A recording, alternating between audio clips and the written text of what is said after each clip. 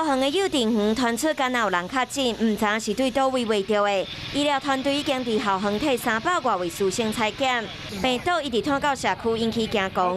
一直有讨论是不是应该先变3级警戒上因。防疫等级的这个判断，我想指挥中心应该会做很好的判断。 那我们也会随时跟指挥中心保持同步。台湾其实是一个同岛一命的前提之下，那强烈的传染病那其实那个对于台湾来说，需要更 consistent 的，需要全体一致的动作去防疫。那单独升级是相对于说是一个矛盾的选择啦不管敢有升级，即马上重要的要是要先处理病毒。虽然阮乡厝无惠文区目前采检拢是阴性，不过不可大意，因为前安区加大园区要进行二采。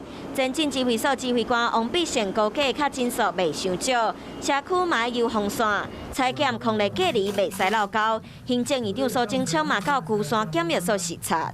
我们用轻症分流也执行顺利，今天就特地到现场来看。 除了桃园以外，东部宜兰的中原凤凰酒店员工的群聚感染要找无源头，大溪茂势社区的体检站，加一个封号才会当避免社区阁有稳重的确诊者。